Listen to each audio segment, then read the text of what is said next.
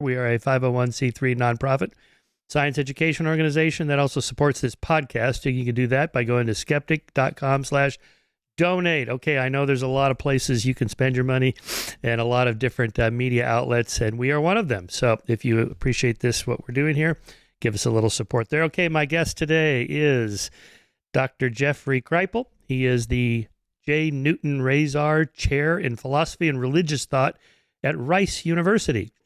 He's the author of numerous books, including The Superhumanities, Historical Precedents, Moral Objections, New Realities, The Flip, Epiphanies of Mind and the Future of Knowledge, authors of The Impossible, The Paranormal, and the Sacred, Esalen, America and the Religion of No Religion. Here it is. I actually have this one. I read this book back in the day when it came out. Look at this beast. It's a doorstop, but it's a rich history. I've been there 3 times. Twice I put on seminars there, and then once I was part of a conference there on, can't even remember, I think it was on consciousness, language, and the meaning of life or something like that. It was super interesting.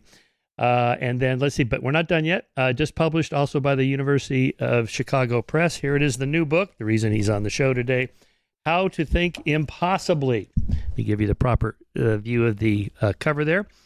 About souls, UFOs, time, belief, and everything else.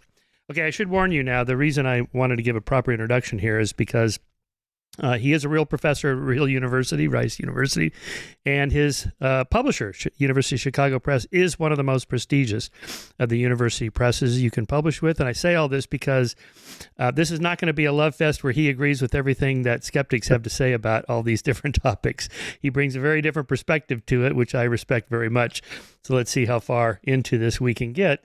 And have an amicable conversation without adult beverages or hallucinogens. How do you know? How do you know that, Michael? I don't. It's an experiment, right? I love talking to people who don't agree with me. I mean, it's just boring if I have somebody.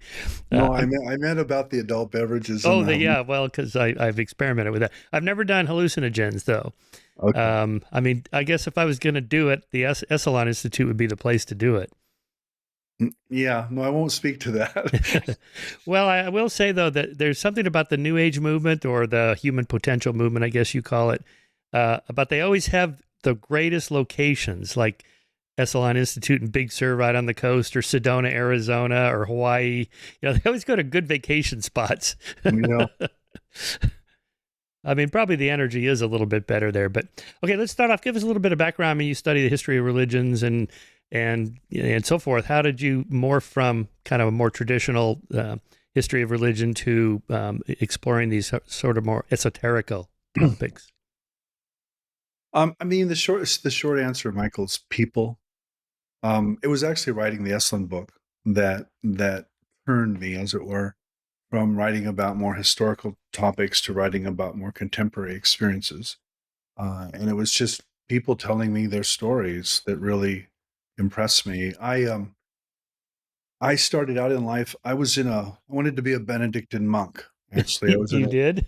Yeah, I was in great. a Catholic seminary, and that's where I really learned about religion and the history of religious thought and philosophy. And I got turned on by Sigmund Freud, by the way, and by psychoanalysis, and was really impressed with the unconscious and the whole psychoanalytic approach to religion.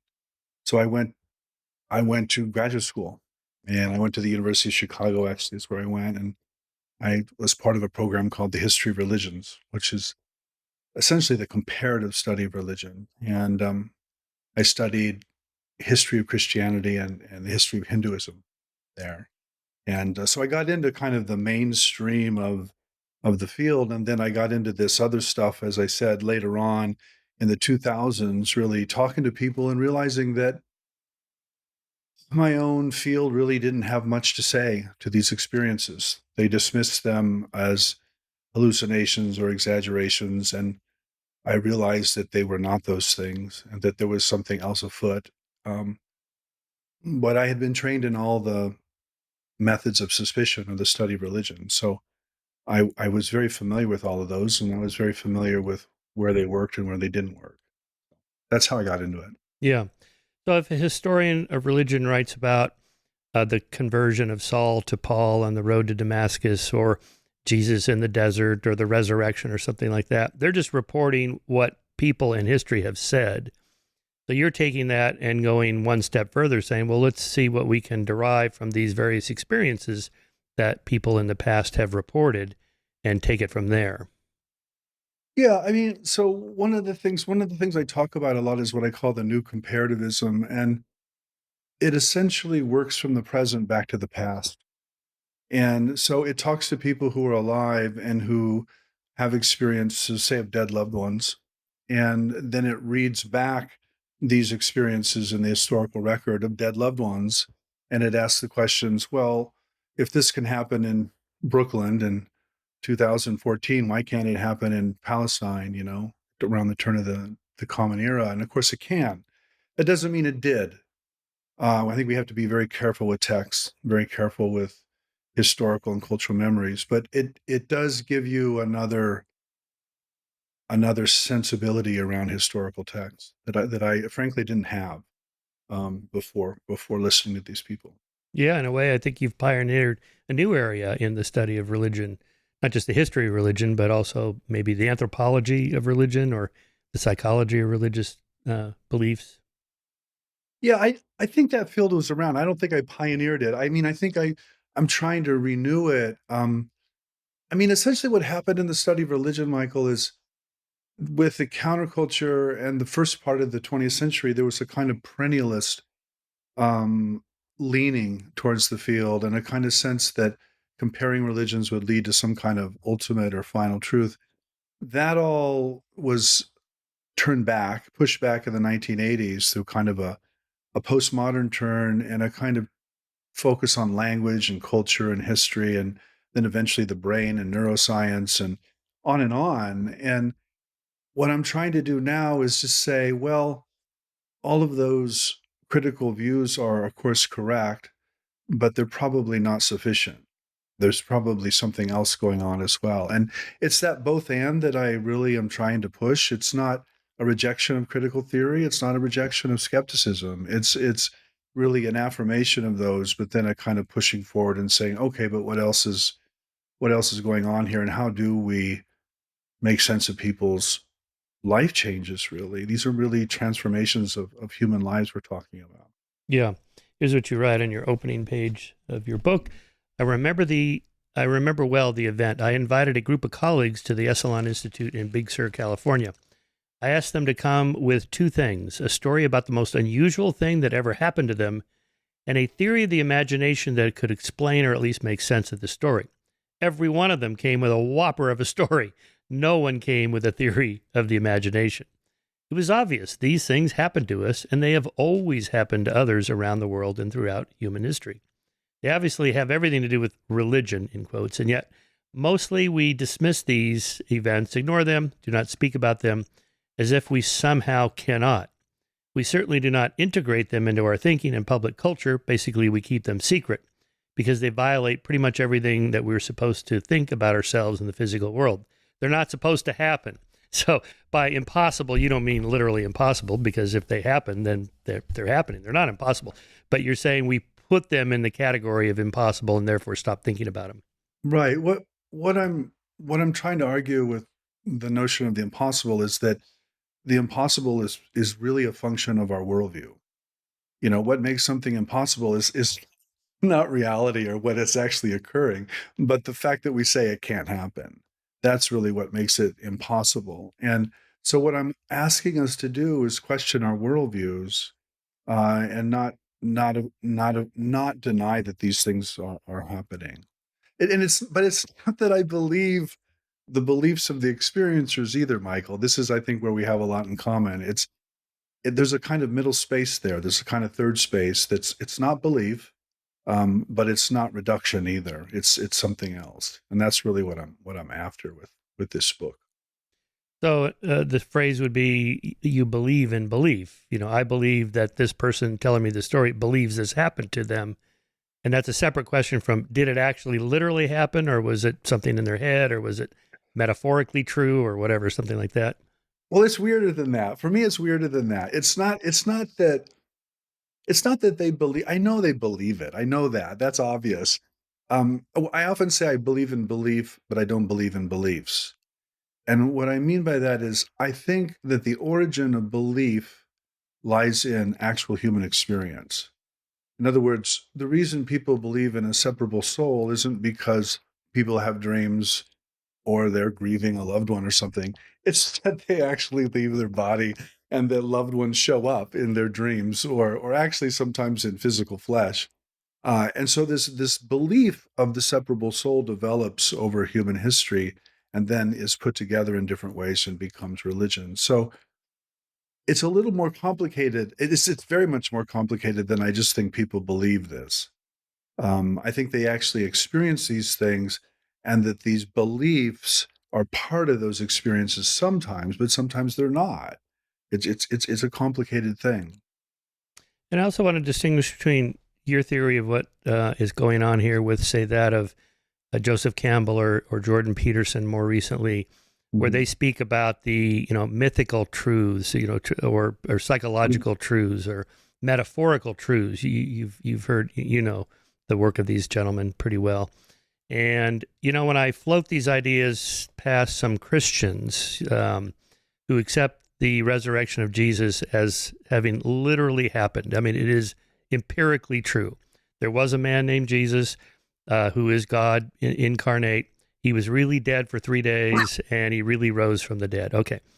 And, someone like Joseph Campbell or Jordan Peterson will talk about this as mythically true or, metaphorically true. It stands in for something. It's a powerful myth. It's like a literary myth. It tells us something deep about the human condition. Well, when I float these ideas past Christians, they're not having it. No, no, no, no, no. We mean it literally true. Paul himself said, if you don't believe in the literal resurrection of Jesus, you shouldn't be a Christian. How do you think about those kinds of stories from your perspective? Well, so the religious believer wouldn't like a lot of things I write and say. I don't. I I want to float above. I call it the chess game. It's like if you have a religious belief, let's say you're an evangelical Christian, you're going to play the chess game against the Roman Catholic or the Jewish person or the Muslim or the Buddhist or the Hindu, and someone's going to win and someone's going to lose that chess game. I want to float above the chess game and say, well, what are the rules that are being used here? What do these people have in common? What do they have in what is different about their worldviews and their experiences? I want to ask a different set of comparative questions that are not grounded in the creeds or the life views or the belief systems of the particular religions. So I don't know if that's an answer to your question, but that's certainly how I go about thinking about religion. I'm not here to make people more religious. I'm not here to make the Christian more Christian or the Buddhist more Buddhist. I'm here to ask the bigger questions about religion with a capital R. Why are people religious around the world and throughout all of time? Why is that? What are the philosophical implications of that? What are the psychological reasons for that? What are the social reasons, political reasons? You name it. I'm interested in all of that. But I'm also interested in the experiences behind those beliefs. And this is where I think I would go with you is I think there is a set of experiences behind, say, Paul's conversion on the road to Damascus. It looks a lot like other kinds of mystical experiences and other kinds of mystical literature. So traditional Christian believers don't like that. They don't want to compare the Paul to, Meister Eckhart or Nagarjuna or Shankara or somebody else, but I do. I think it's a perfectly legitimate comparison. So it affirms religion with a capital R, I guess. It affirms some kind of transcendent or some kind of something that exceeds the human, but it doesn't affirm the exclusive truth claims of a particular religion, if that makes sense. Yeah, it makes total sense, and I like that because I don't Yeah. think if I was an anthropologist from Mars to study human religions, and you ask any of them, well, which is the right one? Then you have multiple proclamations that each of them is the right one, the others are wrong. Well, come on, there's got to be another When way to look at it. when I teach this course at my university, Michael, it's called Understanding Religious. It's called Understanding Religion, is what it's called. One of the things I tell the students a lot is that the question of religious pluralism is not a multiple choice question. It's not A, B, C, or D. There's something else that's creating all of these options. And so I'm trying to push them, okay, why are there so many religions? It's not that this one's true and this one's false and this one's even more false. It's that, well, something's driving the car essentially behind all of these options. And so I'm trying to push them again to a bigger picture. The anthropologist from Mars it's a good metaphor. It's Yeah. good. Yeah, I just don't see what's wrong with thinking of these stories as mythically true, not discounting it at all, any more than I would discount the brothers Karamazov or any of Jane Austen's novel or Shakespeare's plays, because they didn't literally happen. Therefore, there's no point in reading these things. Well, that's what fiction is for, is to tell deeper truths about the human condition and society and conflict and love and so on through characters that you make up, but that they were made up. So what? Don't dismiss it just because of that. Again, it's more complicated. I'm not saying that, by the way. I'm not comparing the Gospel of John to Jane Austen. That's not what I'm doing. I'm saying that sometimes human beings have experiences that are given to them. They're not consciously created or consciously constructed. And in the Christian West, we call those experiences revelation, or we call them visions, or we give them various names. And that sometimes those visions are picked up, or those revelations are picked up by the tradition, and they become scripture, or they become a religious teaching. Usually they're not, by the way. Usually they're dismissed, or they're condemned, or they're suppressed, or they're ignored. So most human religious experience is not affirmed, Michael. It's not affirmed at all by the culture or the family in which it takes place. And so I'm really interested in those situations. Like, okay, well, what gets picked up by the culture and becomes part of a religion, and what gets turned back or pushed back? And so it's that tension that I'm really interested in as well. Well, one of the points you make is that kind of materialist, scientistic worldview forces us to just take those examples off the table, the anomalous experiences that everybody has, and don't even think about them. Has that changed since the scientific revolution and the Enlightenment, the Age of Reason, and all that, all the way into the 20th century? In other words, if you went back 500 years or maybe more to the late Middle Ages, would people be living in a world that, in the way that you think about it, like these things really do happen and they really represent something beyond the material world?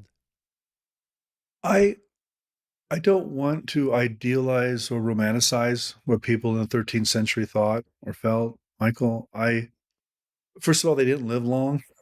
I, Yeah, you know, life you, was you tough. yeah, I mean, you've heard the joke, the historian, when would you most want to live? And the answer is anytime after anesthesia. I mean, Yeah, yeah, I mean, exactly. I Dentistry. share that worldview. I'm with you, but I do think that our ancestors, our European ancestors in this case, experienced the world in a more porous or a more open way, and there was more intrusions. There were more spirits. There were more entities, um, but likely because they suffered more. And I think trauma is actually really important to what we're trying to get at here. And this is my real complaint to a lot of parapsychologists and a lot of skeptical inquiries or skeptical pushbacks as well. I don't think this stuff shows up in the laboratory. I don't think you can prove it scientifically. I think it happens spontaneously in illness and death and danger and trauma. And those are all things you can't reproduce in any safe fashion in a scientific method. And I don't think that's accidental. I think that's part of the human condition. And if we're healthy and happy, listen, strange, uncanny things are not happening to us. When we're drinking coffee or talking to each other on a podcast, they're happening to us when we're really, really sick, or when we're dying, or in a car accident or something. So I think that's really part of the lesson here, part of the context in which these things occur. Yeah. Well, that describes when near death experiences and out of body experiences happen, but also the third man effect. where people have a sense presence of somebody else being with them or in the room, or these alpinists doing Everest and K2 have this experience, Yeah, or solo sailors, right.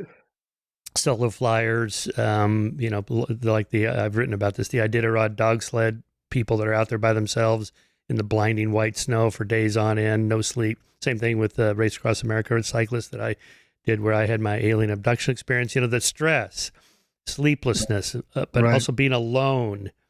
The brain seems to generate, or I mean, this is my interpretation, the brain is generating another presence. I think maybe, I don't know if I don't want to put words in your mouth, but maybe these essences actually exist, and the brain is just opening up and being open to their presence. I don't know how you would describe that kind of experience. Well, I think it depends on your understanding of the relationship between the mind and the brain, right? I mean, if you have a standard kind of neuroscientific production model, mind is a function a, a kind of production of the brain itself, and so what you're describing has to be hallucination or has to be some kind of product of a brain under stress. If, on the other hand, you have a kind of reduction theory and you see the brain and the body as a kind of filter or translator of consciousness, then also makes a lot of sense that in stress or trauma that there's some kind of opening, there's some kind of shutting down of the brain, and there's some kind of other kind of form of mind coming in and being available to the person. I I'm I'm more attracted to the latter, Michael, but only because it keeps things on this table that I want to keep on the table. It's not that I understand what's going on, it's that I just want to keep these things on the table and get historians and humanists to think about them in a way that they haven't thought about.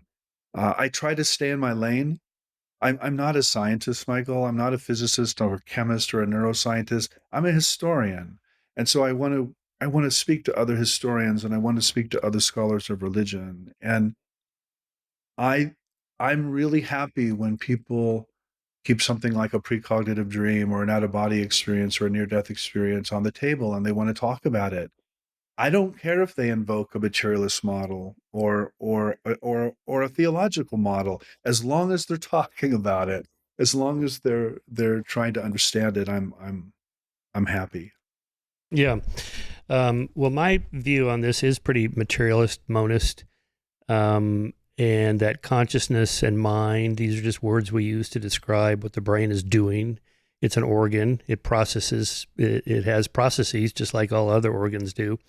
And one of its processes is creating mind, that is thinking, information processing, memory, whatever, all that. But I have to say, the trend is going in your direction, I think. The more people I talk to on the show about, like I had Christoph Koch on the show about consciousness and the hard problem of consciousness. And I've had Bernardo Kastrup, who you respect a lot, on the show. And most of the people that are into the hard problem of consciousness, David Chalmers and so on, they tend to not go with what I just described as Yeah, a materialist monist. They're really yeah, moving in the direction of panpsychism, that consciousness represents something else. So they're not only are they not taken off the table since the time that Christoph Koch, actually in conjunction with Francis Crick in the 90s, made it okay to talk about consciousness. This was a taboo subject yeah. until really Francis Crick said, well, now that I did DNA, I'm going to take on consciousness now. Oh, in that case, I guess it's okay. Yeah, I wrote this little book called The Flip, and that's essentially what it's about, is that move towards a kind of panpsychism or idealism. I, you know, I don't describe myself as a panpsychist, Michael, or even idealist. I describe myself as a dual aspect monist. I'm a monist like you are, but a dual aspect one in that I think the mind and what we call matter are both split off some common super reality or some fundamental reality that is deeper or more fundamental than they are. And this again, the reason I like this, it's not because I know it's true. I don't. It's because it explains more for me, and it keeps more human beings and more human experiences on the table. So that's really where Yeah. I think it where I'm depends on at. what you mean by true. I've been struggling with this because the attempt to put everything into an empirical truth box can miss a lot of things that don't belong in that box, like when I was mentioning mythical truths or literary truths or metaphorical truths. Don't discount them just because scientists can't test it or prove it. Let me give you an example. So just give you a simple example from my own experience or reading. So, Bruce Grayson tells this is from The Flip, by the way. Bruce Grayson tells this story of this medical doctor who had a near-death experience, and he was afraid to tell his wife, who was also a medical doctor, by the way. And the reason he was afraid was he knew she would make fun of him, because they were both trained in medical science, and they were rigorous, reductionists. And so Bruce agrees to sit down with this guy and his wife, and the wife stops him, as wives tend to do, about first sentence, stop. I had one of those experiences, and I was afraid to tell you because I thought you would make fun of me. And so here you have a couple who is not sharing one of their most intimate and important experiences in life with one another because they both feel a kind of professional pressure not to speak about it because it cannot be explained by or reduced to their medical science. And so that's the kind of scene I'm talking about. It's these ideas have consequences, is what I'm trying to say. And people suppress things and keep things inside, sometimes for 30, 40 years, precisely because of these social censors and these pressures. And that's what I'm trying to push against. I'm trying to say, look, it's probably not a good idea to keep something secret for 40 years. It's probably a better idea to talk about it. So let's talk about it. It's that kind of thing. Yeah, well, I agree with that. Let's collect all these stories and put them on the table. And if we can't explain them, that should also be okay. This is my message to scientists. It's okay to say I don't know. It's also okay to have them explained, Michael. Yeah. I'm thrilled when somebody explains them, but it doesn't happen a lot with these kinds of experiences. They tend not to be explained. They tend to just sit there. Yeah, yeah. Well, let's give some examples of this. One example you write about is the gentleman who, in the middle of the night, had a very vivid dream of a car accident. He hears the outside of his window, and oh my God, he wakes up and a little bit of call 911 and get out there, and everything is peaceful. Nothing happened. He's like, oh, that was a very vivid dream. Next night, he has the same dream. He's like, oh, here we go again. Gets up and looks, there's the accident. Exactly as at least as he reports it, as it happened. Then I'll read that. That's the short one. Here's one that you include in the new book. This is from one of your graduate students, John Allison. If you'll just pardon the lengthy story here. Late one night in early September 2013, I'm sitting alone in my basement apartment in Princeton, New Jersey, after having had a few friends over to play cards. As I sit there musing happily over the day's events, I suddenly notice a pair of flip-flopped male feet and legs, with red shorts down to the knee, walking toward the basement window to my right. I am surprised by this, but even more so when a voice in my head materializes and begins repeating the same words over and over. You're going to be okay. You're going to be okay. You're going to be okay.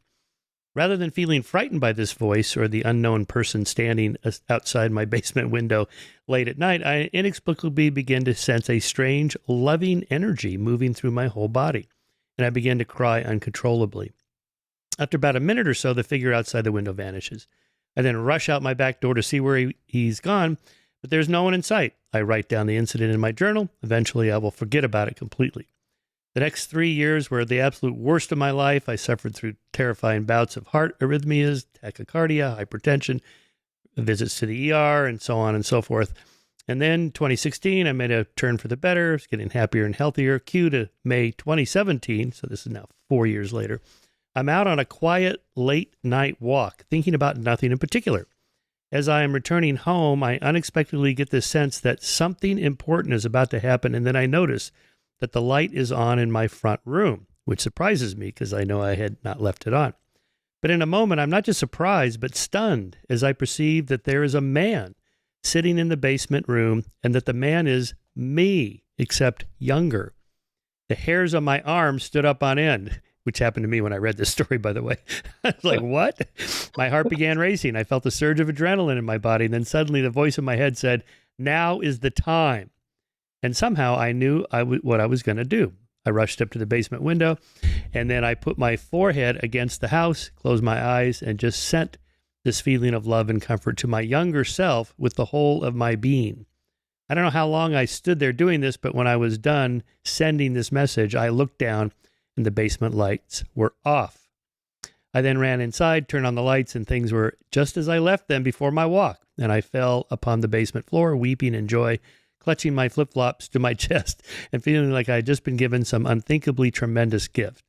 I often now wonder what would have happened if I had not somehow sent a message to myself during my years in crisis. All right. What do you make of stories like that? I mean, your book is full of them, and you've given lots of lectures where you talk about these sorts of weird things that happen to people. Well, first of all, I don't think we're stuck in time, Michael. I think we're time travelers, or there's a part of us, a kind of unconscious part of us that can transcend the present. I think that, of course, really happened to John. I know John well. Um, I have no doubt that that's what happened to him, and so I wanted to include it in that chapter. That chapter, by the way, is on time, and why we always imagine causality as emerging from the past into the present, and why we don't imagine retrocausality, things being influenced from the future to the present.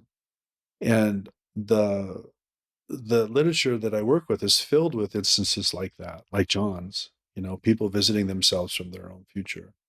And so I think people do that. I don't think they intend to do that. I don't think they are conscious of doing that. I don't think they're in control of doing that.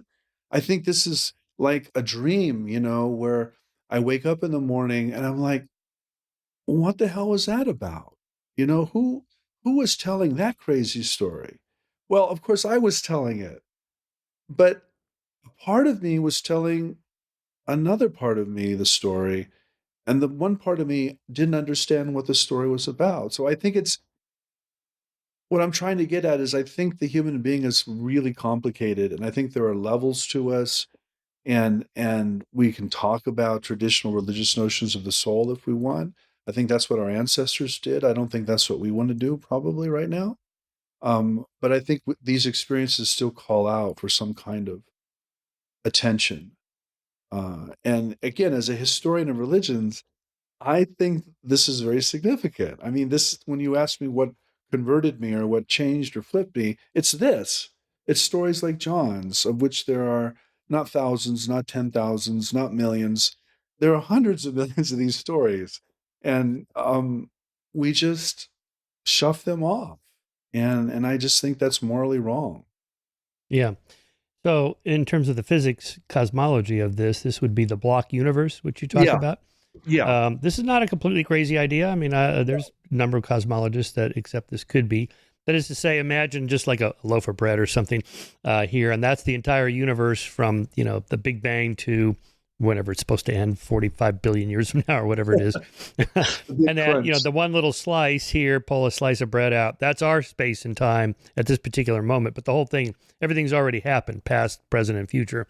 But you don't know that. We're in the movie, participating, not just watching it unfold, but also participating in it. Now, to me, that as a side note, that kind of has implications for free will. It does. Because if We it's can talk already about. happened, then I'm not actually making choices. Well, can we talk about Yeah, that? yeah, go I mean, for it. I think you are actually. First of all, for me, the question is, because I do believe it or not, I love science, and I want to know what the universe must be like to have these kinds of experiences. I am absolutely convinced these experiences happen. So, what then does the universe, what does space, time, energy, matter have to be like to make these experiences possible? And so, it's the experiences that guide my science reading, actually, and that's kind of where I went with the block universe cosmology. I think the block universe, this is always the question that's raised, the free will question. But to me, it's relative in the Einsteinian sense. When we look to the past, all of those events are set. They all happened. And none of us say, I didn't choose those. So why, when we turn around and we look at the future and we realize that all those events are set as well, do we say, well, I didn't choose any of that? Oh, of course you did. You just chose them relative to future, relative to this present is all. So to me, it's all the same. It's the same exact thing. And I don't think it relegates free will at all. Although I do think it makes us rethink what we mean by free will. I think what we mean by free will, Michael, is very informed by capitalism and democracy and modern individualism. And I'm deeply suspicious of all of those as universal facts. I think those are part of our own set of moral values and worldview. But I think the idea of moral agency or human agency and the sort of humanist notion that we're somehow at the center of things is is very recent and Hmm. very relative, and Mm. and probably not true. I have a historian coming on the show. Just finished a book about this subject. The kind of the invention of the self, individual, and choice in the Western world. Something I know nothing about, so I'm looking forward to reading that. But just on that point, the idea of defining free will is, could you have done otherwise? Well, this is like rewinding the tape and playing it back again. If it's a literal read-only memory tape, then no, you couldn't have done different, because it's just a recording of what actually happened, and you're just watching it play back on the screen, right? But your point is that, well, why not turn that around and go forward? Where my answer is, there's other cosmologies, which is to say, there's an arrow to time, the second law of thermodynamics, entropy, things are running down, and that the future is not already predetermined, but that it's being determined as time flows from one moment to the next, and you're part of the causal net. So I have a memory, and I know what I did last time, and this time I'm going to do something slightly different. I'm going left instead of right this time, or I'm going to have the steak instead of the pasta, or whatever it is, right? I can learn from that, and so I'm in control of my own I'm part of the causal net of the universe, and therefore, although it's still determined, I'm part of the determination. That's how I think about it. Yeah, I mean, there are lots of cosmological options, and I guess my point is, what should guide our choice of those options is what human beings tell us is happening. So I guess I'm ultimately putting my wager, it's a wager, it's a bet. I'm putting my wager on the experiencer. And I'm saying, you know what? I'll bet you the universe looks something like this. And it's because these experiences are told over and over and over again. For example, people report precognitive dreams constantly. This is not unusual. And so what does the universe have to look like to make that possible, as opposed to that's just a coincidence, or that's just the law of big numbers, or whatever the invocation is to preserve one's worldview. And thinking impossibly, Michael, is really about stepping outside one's worldview, whatever it is. It could be a secular scientific worldview. It could be a Christian evangelical worldview. It could be a Buddhist worldview. It could be a Jewish Orthodox. I don't care what it is. Step outside it, and let's see if you can make sense of these sets of experiences with it. Yeah. That's really what I'm asking. Did you see the Matthew McConaughey film Interstellar? I did years ago. Yeah. Years ago. I'm going to read a little bit about that, because I wrote about this in my book, Heavens on Earth, about this very subject. It's not quite the block universe theory, but it's something like that. And it's based on Kip Thorne's own research, Caltech physicist, now Nobel Prize winner for his research on gravity waves, Kip Thorne's guidance of this film. So everything you see in the film is entirely possible by, a world-class physicist who kind of guided the script there. So this is, let's see, in order to save humanity from imminent extinction, Matthew McConaughey's character has to find a suitable planet by passing through a wormhole to another galaxy. In order to return, however, he must slingshot around a black hole, thereby causing a massive time dilation relative to his daughter back home on Earth. 1 hour near the black hole equals 7 years on Earth, such that by the time he returns, she is much older than he is. The daughter's older than the father, right? In the interim, in order to get the humans off Earth, he needs to transmit information to his now adult scientist daughter on quantum fluctuations from the singularity inside of the black hole.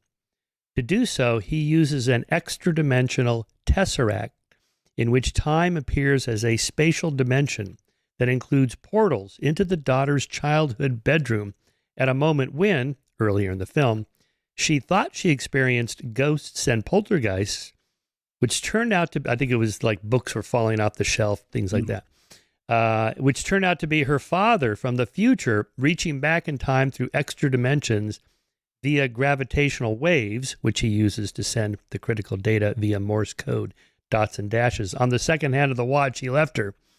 It's a far-fetched plot, but according to Thorne, in his companion book to the film, also called Interstellar, it's all grounded in natural laws and forces. That makes your case right there, sir.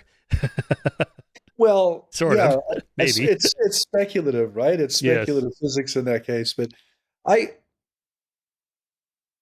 yeah, I write a lot about science fiction. And the reason I like science fiction is it's an attempt to do this. It's an attempt to use whatever the science is, but it's fairly loose. You know, they play with the physics and they play with the cosmology in a fairly loose fashion, but at least they're trying to make sense of this in a way that is, I think, new. I don't think, by the way, you need religion, Michael. I don't think you need the answer of our ancestors, you know, but you do need a different kind of answer. And the reason I like something like quantum mechanics or evolutionary biology or neuroscience is they give us new metaphors. They give us new ways of thinking about these things. Geometry is like this, you know, since Edwin Abbott's Flatland, Hmm. 1884, whenever it was, we have a kind of hyperdimensional way of thinking about these things that I think is extremely provocative. Is it the right way? Again, I don't know, but it's that attempt that fascinates me and that I think is really worth doing. You know, and Kip Thorne is using Flatland here, basically. I mean, he's the books in the library with the, you know, they think it's a poltergeist, but it's actually their dad. I mean, that's so classic. I mean, that's just right out of Flatland, right? I mean, so yeah, that's basically it. Yeah, I'm fond of saying there's no such thing as the paranormal and the supernatural. These are linguistic placeholders we use until we understand the physics behind it, right? So the Yeah, example I often use for this is quantum consciousness. So here, Roger Penrose and Stuart Hameroff have this theory that you're familiar with about the microtubules inside neurons that were the inside of which the wave function of the subatomic particles collapses and all that stuff that I don't really understand. And that somehow this sets up kind of a wave pattern of neural firing that affects the quantum field that goes through your skull, and your neurons can detect this and so on. If people could read people's minds or something like that, then this would be a quantum explanation for this. Now, I don't happen to think this theory is true, but if it was, and some people take this very seriously, including Roger Penrose, right? I mean, he's one of the giants in physics. But if it was true, this would not no longer be ESP or paranormal. It would just be quantum physics or quantum consciousness, I guess we yeah. call it. And so Michael, the word paranormal, I mean, I do write about the word paranormal quite a bit in the book. So it was coined in 1903. It was coined by a French psychiatrist named Joseph Maxwell. And it basically meant exactly what you're saying. It did not mean supernatural. That is not what it meant. They were trying to get away. Supernatural means it was coined in the 13th century, and it essentially means that the agency is in God. And God is outside the natural world, and therefore it's above nature. You know, whatever's happening is a miracle and it's supernatural. In 1903, when they were studying seances and poltergeists and things like this, they didn't like that notion and they were trying to go towards what Maxwell called the paranormal. And it literally meant to the side of the normal. It did not mean above. It meant we just don't have a science for this. But someday, hopefully, we will. But this is very much a part of our natural world as well. And the poltergeist is a perfect example of this move. So, pre, say, 1850, The idea is that there was a ghost in the room, or there was a spirit, and it was throwing shit around, and it was scratching people and blowing things up, and it was noisy. It was causing havoc. By 1900, 1910 or so, researchers who were looking at this were beginning to suspect that it was human, and that there was a focal agent, and that there was no ghost at all involved, that there was an abused adolescent or a troubled teenager in the room. And you still can't explain that, by the way. You still can't explain why things are flying around. But now you've shifted the interpretation from a supernatural one to a paranormal, or a what I call a supernatural one. And I separate those words, super and natural. Yeah. Um, Yeah, I like and that I you do think that. that's where we're at now, is if once you take these things seriously, you don't have to go to the religious models. You can go to these supernatural models that are still developing.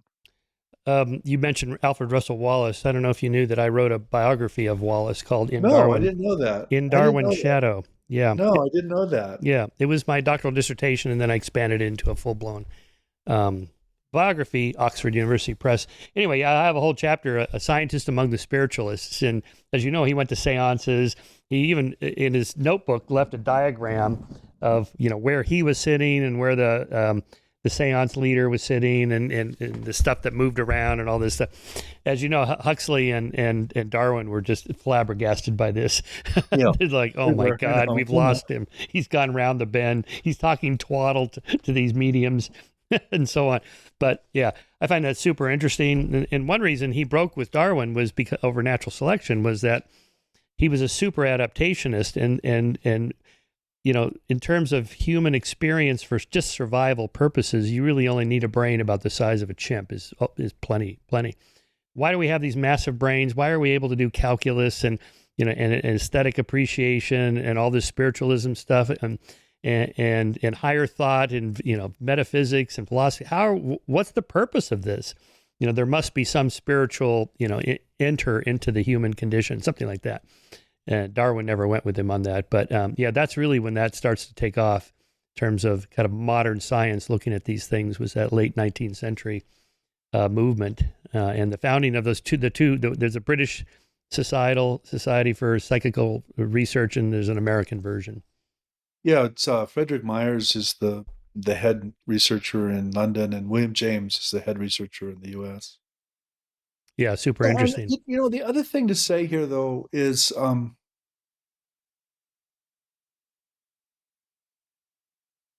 if there is another dimension or another world, it mediates or speaks to this one through the imagination.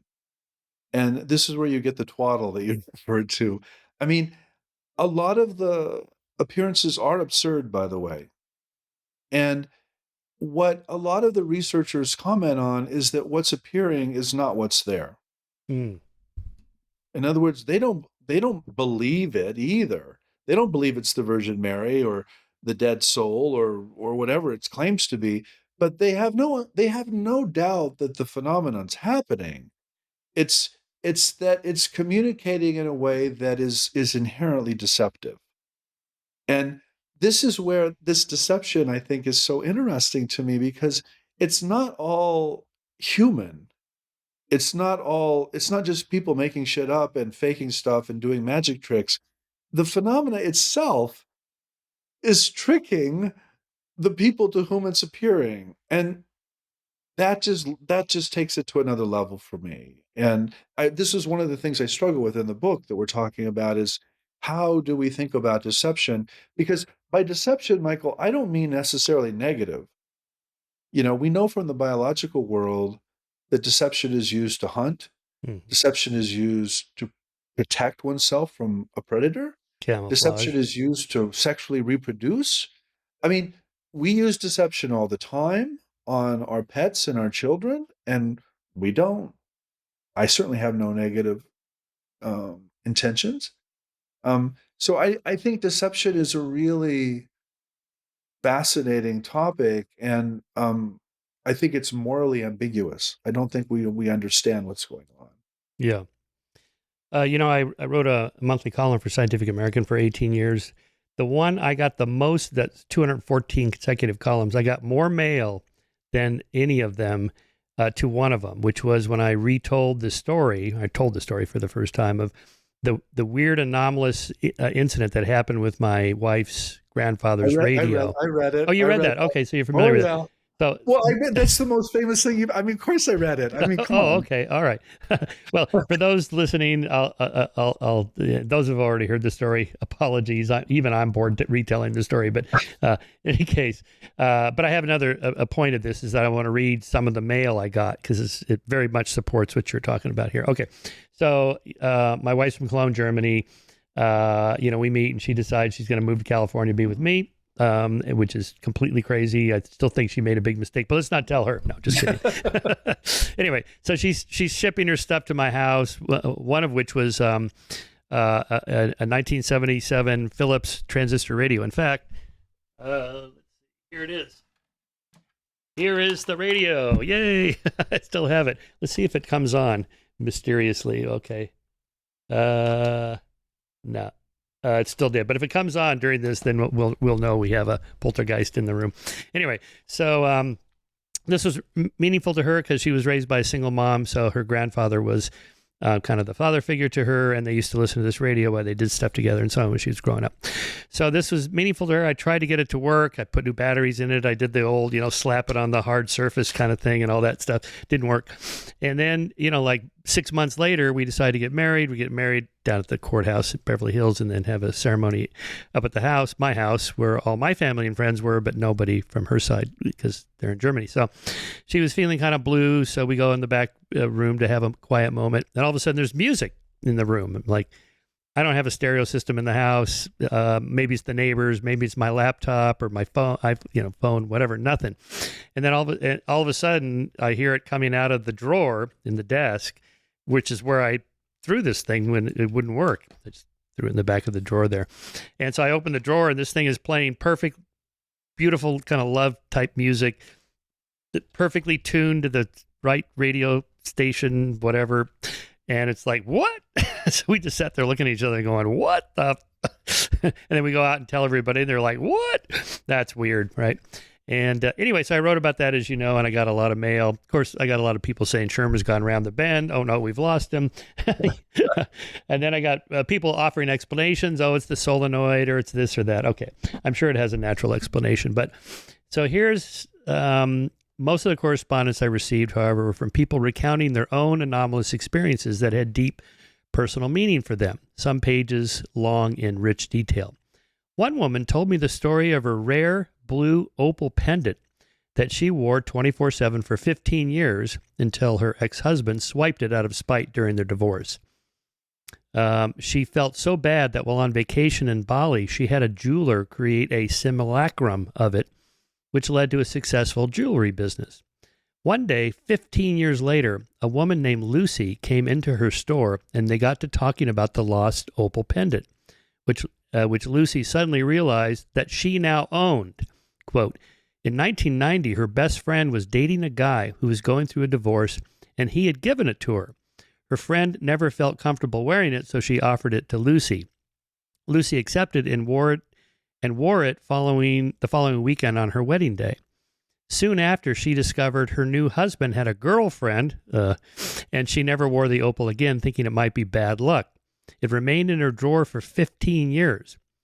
When I asked why she hadn't sold it, it was now extremely valuable, she said, I tried to. Every time I went to get it out of the drawer to have it appraised, something happened to distract me.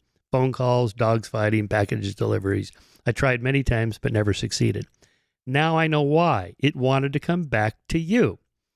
This woman's sister, whom she characterized as a medical intuitive and remote healer, called this story epic synchronicity. She described it as fantastic and statistically improbable, but it is explainable. You have thousands of these stories, right? Yeah.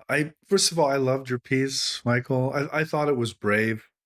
And, you make the point in the piece that of course, there are all kinds of physical explanations for what happened. There's no mystery to what happened, but it was the timing of it. Yeah. that was so strange. And I think this is what people are trying to get at. I mean, because I get emails or letters exactly like Yeah. you're talking about all the time, eh, and including with jewelry, by the way. There's something about jewelry that is weird like Yeah. that. So again, it's just how do we take these people seriously and not?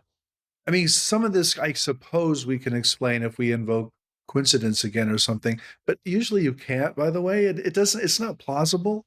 It feels wrong. It's like no, that's a stretch. I just pulled that out of the air. It's like, let's deal with this. Let's something else is happening here. And the word synchronicity, by the way, I think that's a stretch too. I think that's just like a word people pull out of the air because it Yeah. seems to work here. But they don't know anything about its history or what it actually means or anything. You want to tell us a little bit about that? Because it's such an important idea. Well, the word actually means it was coined by Carl Jung in conversation with Wolfgang Pauli, by the way, Mm-hmm. the Such a the great great story. quantum physicist, who, by the way, was a walking poltergeist, and everybody knew it. They called it the Pauli effect. He'd walk into a laboratory and things would blow up or Yeah. explode. In fact, I am not joking, Michael. One time I gave a sermon on Pauli at a Unitarian church in Houston, and this old physicist walked up to me afterwards and said, I was with Pauli once at a conference in Jerusalem, and they made him sit on the opposite end side of the air conditioner. So I mean, they even knew. They knew darn well. Okay, well, we these might just be stories, but we're not taking any chances. But anyway, so Jung coined synchronicity with Pauli, and what he essentially meant by it is that some physical events are organized around meaning and not material cause. And they can be better interpreted as a story, as a meaningful story, as like a dream, than as a series of physical events that are just too coincidental to be believable. And so he called it an acausal connecting principle. And what he meant by that, again, this is with Pauli, is that these events are organized around meaning. They're not organized around a material cause. So that's really, and that's in the 1940s, by the way. That's really when the word is coined and what it means. People today use it just to mean something like magical coincidence. You know, they don't know the background of it, which is okay. I mean, that's how words Yeah. work.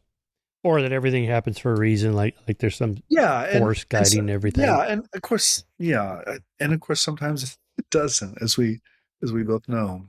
I'll give you Deepak Chopra's letter to me on this. He suggested something similar when he wrote, "The radio coming on and off almost certainly has a mechanical explanation: a change in humidity, a speck of dust, falling off a rusty wire, etc. What is uncanny is the timing and emotional significance Yeah, to those participating in the experience. The two of you falling in love is part of synchronicity."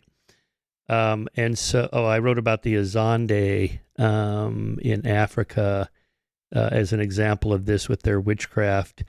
Michael, Um, the other thing though about yeah. your story. There's two things about your story that m- are worth mentioning. One is grief, Mm, right? It's the grief of your spouse or your soon-to-be spouse around her grandfather. But the other is eros or love. mm, You know, I there's some evidence that eros or human sexuality and love actually increase the likelihood of these things. Um, and it strikes me this is on your wedding day, mm-hmm, and this is around your bride's dead grandfather, right? mm-hmm. So there's an element of grief here. There's an Yeah. element of opening up to this other world, but there's also a kind of there's a lot of love involved here. There's a love between her and her grandfather, and a love between you and her, and that's on a special day and the whole thing. So Mm-hmm. Yeah. Yeah, exactly. I was just starting to talk about anthropologist E. E. Evans Pritchard's study of the Azande in southern Sudan and Africa. Like when an old granary collapses, for example, the Zande understand that termites are the probable cause.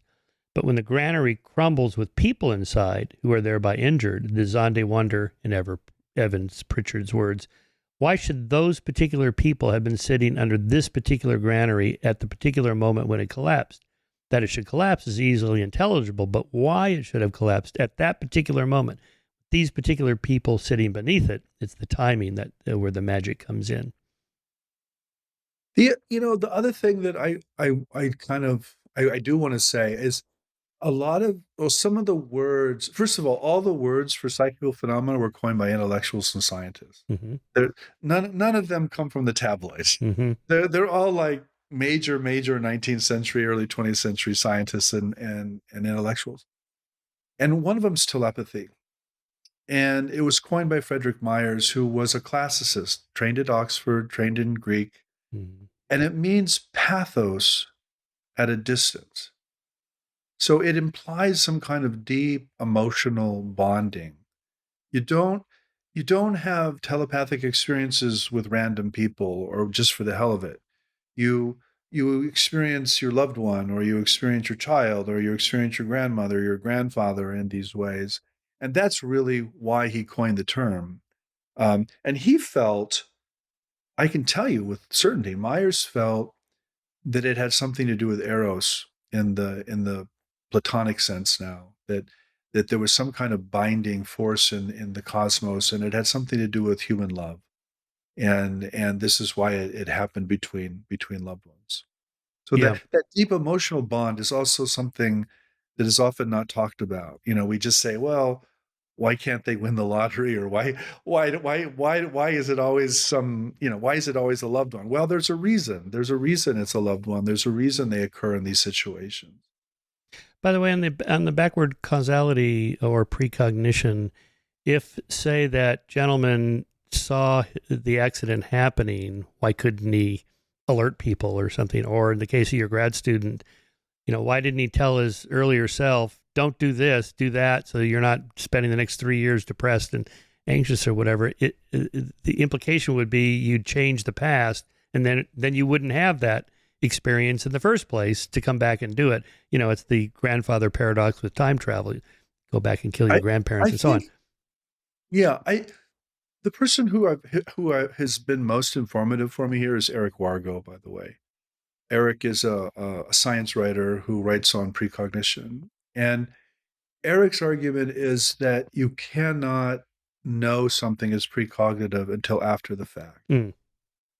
And that this is what prevents the grandfather's paradox. You actually cannot go into the past and change it. It's not going to happen. And the other thing that Eric also thinks and imagines in a block universe, and if I can play this out, Michael, so Yeah. I wrote this book with this near-death experiencer, and she had all these precognitive dreams. But one of the things I noticed about the precognitive dreams, particularly of plane crashes, was that they were always from the perspective of the media event. Mm. In other words, her view of the crash was exactly what would appear on the news. Mm. And Interesting. so I began to suspect that she wasn't traveling to the accident, that her brain was essentially precognizing itself, watching the media event. And Eric's work helped me do that. And essentially what Eric argues is that you and I are in this moment now, but actually we extend into the future and into the past. We're essentially space-time worms, and it's all physical. All of this is physical. So our brains are actually extending into tomorrow, but they're also extending into the decades into our past. And then when we have a precognitive dream, what's actually happening is our brain in the future is essentially somehow transmitting information back to the brain in the present. There's nothing spiritual about it. There's nothing non-physical about it, but there is something hyperdimensional about it. And the future really does exist. The future's already happened for Eric. And that made a lot of sense of the dreams I was dealing with at the moment. But it is also crucial to Eric's whole view that essentially what's happening is the brain is precognizing itself. So that's what I would say. I would say that, but I would also say you don't know it's precognitive until after it's already happened. Interesting way to say that and think about that. Yeah. All right. I want to talk about UFOs, now UAPs. I've been interested in the subject since I was in high school in the early 70s, reading Carl Sagan and all that stuff. Here is what you say about it. In such convictions, my own position is very close to that of the astronomer, computer scientist, and medical researcher Jacques Vallée, and his forbidden science, in quotes, forbidden science. You can riff on that in a second. An artful and lifelong combination of astronomy, computer science, information theory, esoteric practice, and profound skepticism around all UFO belief systems. I want to stress that skepticism, as does Vallée. I'm extremely dubious of any talk and all talk of extraterrestrial. I don't believe in gods, deities, demons, or angels. It's my job. If you give me enough beer and ask me, if you were here, I would, and ask me to be blunt about the situation, ask me what I really thought, I would say that we need to flip from a spatial register, it is not where they are from, to a temporal register, it is when they are from. I would say that the UFO often appears to be a time machine, and that the so-called aliens look more than a little like human beings from the future, or in some contact cases, a sophisticated form of future and artificial intelligence. If I were from the future studying the violent, hairless monkeys of the past, yes, I would certainly not go into their troop either. I would send a very smart but expandable machine. My point? Okay, you go ahead and make your point there then. and if you want to riff on Carl Jung's take on UFOs from his famous book. Yeah, I mean, my basic argument is that there's a there, and people are having these experiences. There's something definitely there. It's something physical, but it's something also that has psychical effects on human beings. But nobody knows what it is, and I would insist on that. And the ETH, or the extraterrestrial hypothesis, is a very popular, very public, very media savvy interpretation of these events, but it doesn't make a lot of sense. If you look at the data, you look at the actual experiences, they're absurd, and the ETH just doesn't hold water.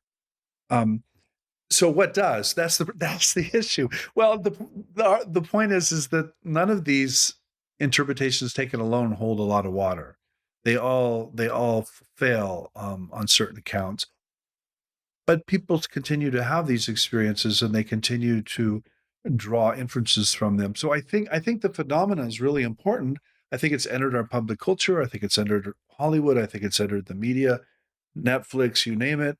I think it's a modern kind of mythology. I think it's what I call the Cold War invasion narrative mythology. Mm. There's a lot of um, assumptions being made in it. Sometimes you see a movie that breaks with that Cold War mythology, like Arrival, for example, breaks Yeah, I with like it. that. Um, but even remember Arrival. Arrival focuses on the paranormal. By the way, it Mm-hmm. focuses on precognition, and I think that's half the truth. Actually, I think And it the was other nice half, that the hero was a female scientist who's not a physicist. It's a right, linguist. It's like, finally, right, the social scientists have something to say. right. I call her a humanist, but she's really a social Humanist, scientist. yeah. She's really a social scientist, isn't she? Yeah. Yeah, I mean, I bet that movie breaks with, the Cold War invasion narrative is basically these are aliens. We Yeah. have to fight them off. We have to protect our Christian airspace. We're going to knock them out with nukes or something. What Arrival does is the military is present, but it doesn't actually do anything. It stands back, right? And it's the linguist, it's the language expert who literally takes her suit off and exposes herself to the alien presence and figures out that their language is circular. And that time, by the way, is like a glass block universe. Hmm. This is the block universe again. Oh, And right. I hadn't thought of that. Yeah. yeah, Okay. yeah. And that the key, the key gift, the key of the movie is she mistranslates their message as use your weapon, and she realizes it means use your gift. Mm. So she moves from this Cold War invasion threat narrative to no, we need to somehow realize that time is circular and that precognition's a real thing, and that the alien presence needs us in the future just as we need it in the present. And to me, it's still a myth, right? It's still a Hollywood movie, but it's like, wow, that is so different, Michael. That is such a different feel to me than what we've dealt with or what we've been dealing with, I think. Yeah. I love this topic so much. It's touches on so many kind of deep religious ideas. Maybe the aliens are like the gods, or they're just so advanced. They're indistinguishable Uh, from the what we the think of as reason I God. like the reason I like the future human thing, I'm like, look, they're communicating with us. Hmm. That means they share something with us.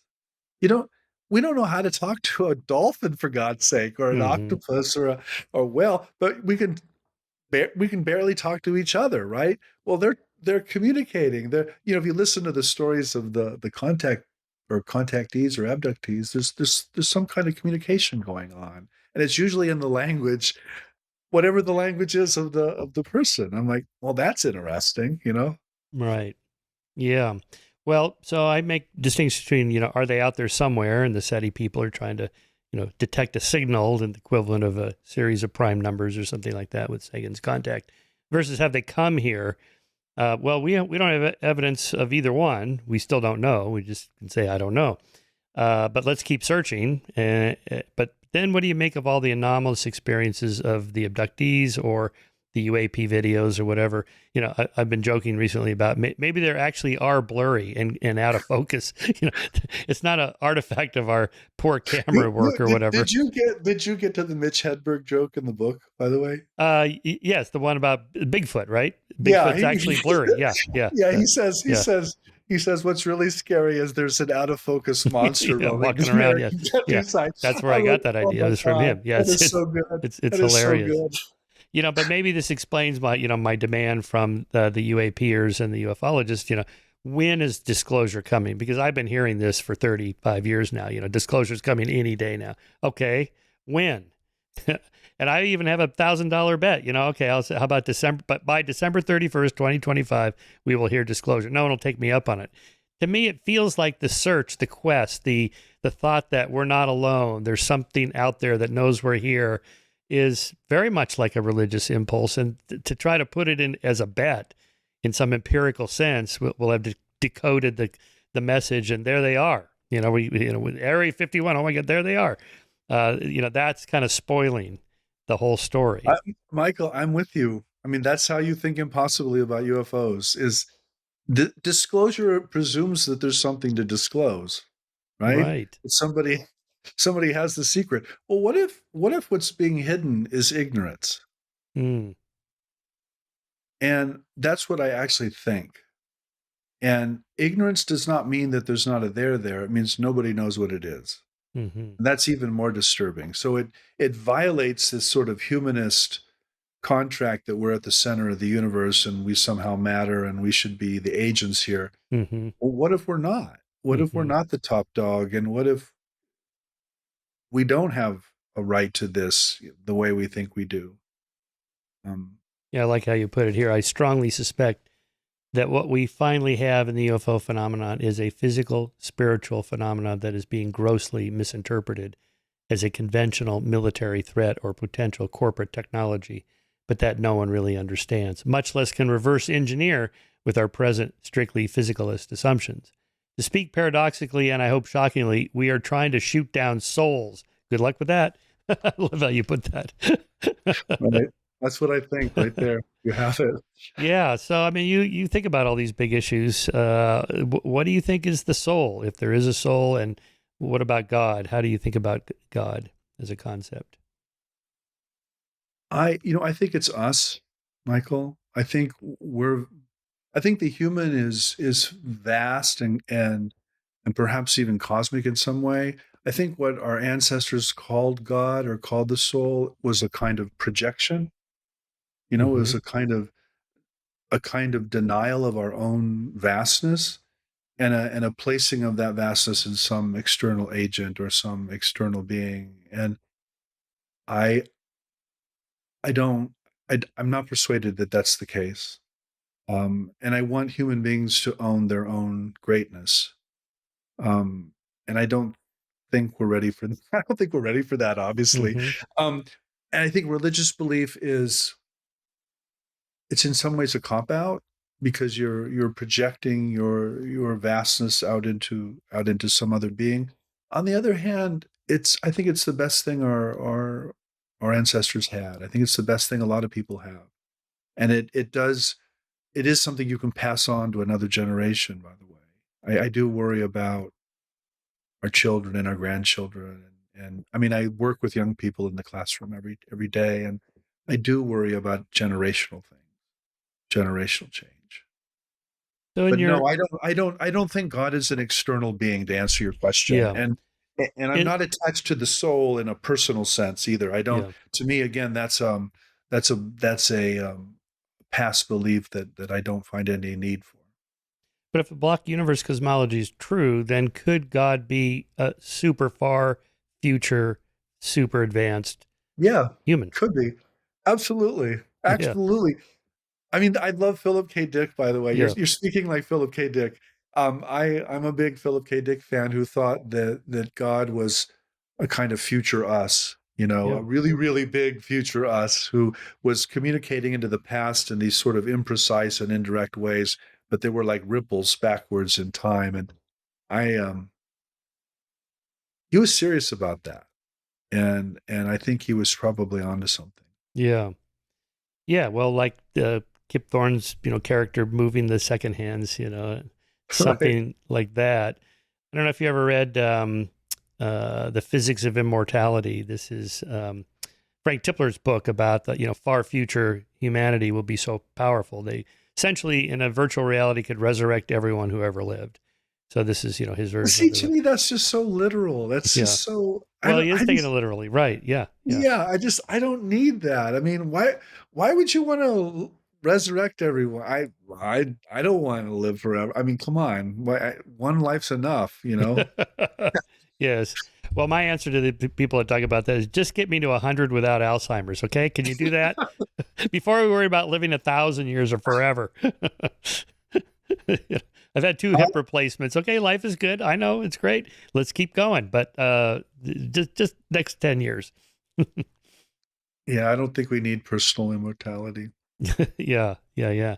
Do you think that there are known unknowns, that is insoluble problems, and here are the ones I put in there, that the free will determinism one that we talked about, because these words are so loaded and conceptually filled with baggage that depends what you mean by those words. The hard problem of consciousness, why there's something rather than nothing, and then God's existence. I'd add a fifth, but I ran out of space in my next book on this. But the future, that it's not possible to predict. But setting that aside, and sometimes it's called the Mysterian mysteries. The Mysterians that there are certain things. The human brain is big enough and complex enough, or whatever, to conceive of quantum physics or whatever.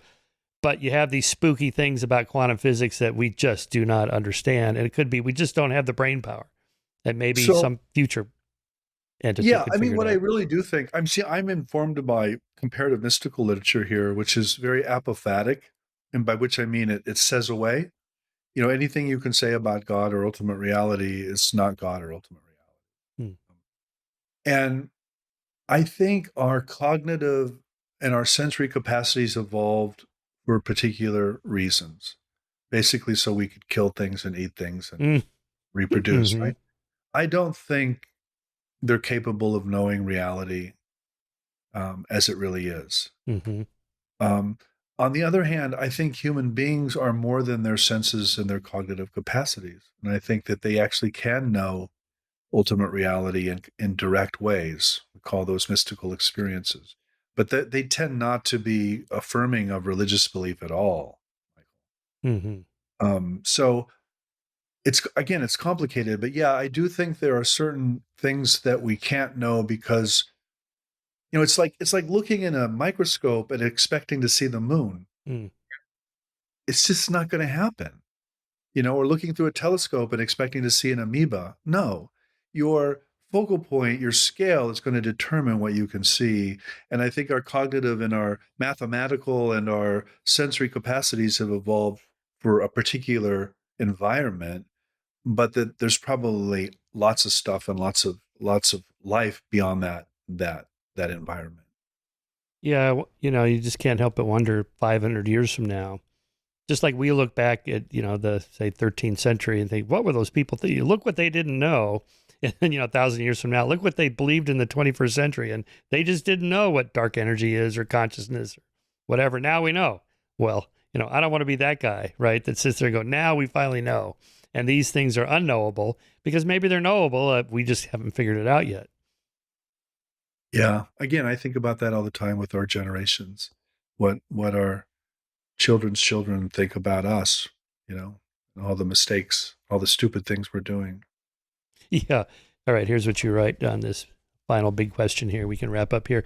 So there it is. My credo, my I believe. I believe that the world is one, that the human is two, and that this one world often appears in the human as two in and through the symbols, myths, and dreams of the empowered imagination. Indeed, precisely because of this two-in-oneness, reality can and does appear in us all the time in openly and robustly paradoxical ways that can fit no present order of knowledge that is organized around the object or the subject, which is to say, all forms of modern academic knowledge. Such ideas, of course, offend and confuse the adequacy of our present scientific beliefs and humanist projects. They are neither traditionally religious nor conventionally scientific, right? That's what I mean. You're kind of in between those two worlds there. Nor are they simple material or purely mental. They point to a third future space of mind matter in which we almost certainly participate, but have not yet coded in any cultural, syntonic, and stable manner. I'm not sure what syntonic means there by that. This is how one thinks impossibly. Go ahead. Well, you just said you just read it. That's what I that's think. It. That's the conclusion of the book, basically. Yes, it's beautiful. Yeah. No. Yeah, that's the big picture. Well, okay. So where do you go from here? I want to talk to lots of people, Michael. Yeah, you must get interesting letters. Yeah, the question is medium for me. I'm sure it is for you too. It's like, how do you take ideas? I mean, this book we've been talking about, 4,000 or 5,000 people are going to read it. Okay, so what? What about 50,000 or 5 million or 50 million? I mean, how do you? Because I think people are hungry for this. I think people are hungry for this middle space. Yeah. And that's what I want to try to articulate. And how to do that, I don't know. I don't really know. I can write more books. I can write well, podcasts. I mean, this one reaches about 100,000 people, but there's others that you should do that have reached millions. I do think the trend is moving. My sense about consciousness research in the direction that you're headed. I'll give you an example of this. Richard Dawkins and I think pretty much along those same lines as I've been articulating here about being a materialist, monist, and so on. And we're part of this kind of email list of people like Christoph Koch and Bernardo Kastrup and Philip Goff, who writes about panpsychism. He has 2 books out on this, and he's been on the show a couple of times. And Richard's privately emailing me like, "Oh my God, what are these people thinking?" I'm like, "Richard, pretty much everybody thinks like these guys do. You and I are now in the minority position." And so, maybe we're wrong, right? Maybe it's a generational thing. Maybe younger people, the next generation, the whole Kuhnian thing, or the Planck problem, as I call it. In order for new ideas to be accepted, the old guys have to die out one funeral at a time, right? So again, I don't want to be that guy. But on the other hand, there's a lot of speculative, weird stuff, woo-woo stuff that, is probably wrong. Most scientists are wrong about most things. That's why science is rather conservative, but there's still so much we don't know. I think this whole idea of we only understand 5% of the universe, dark energy, dark matter. We don't know. Those are just linguistic placeholders. It could be neutrinos or who knows. And there's just so much we don't know. And every time they set up a new telescope, it's like, oh my God, look at this. There's now 1 trillion galaxies. Who knew? Or, and there's a black hole at the center of every galaxy. What? And here's what they're doing, and all this. Like, well, okay. So again, it's like the next generation of telescopes after the James Webb, that'll probably uncover even more grand things that we didn't know about. Yeah, but that attitude of maybe we're wrong, to me, that's the beginning right there. That's like really special. And if everybody could say that, I think we'd be in a lot better world. Yep, definitely. All right, Jeffrey, here it is. How to Think Impossibly. Highly recommended. Great book. Big ideas. Souls, UFOs, time, belief, and everything else. That's right. The life, what is it? The universe, life, and everything. That's right. Right. The Not answer is small. Not small. not Big, big, small. big, big. The answer is not 42. Right. That's right. All right, Jeffrey, that's a good place to end right there. We went almost an hour and a half. Perfect. Thank you for your time. Thank you.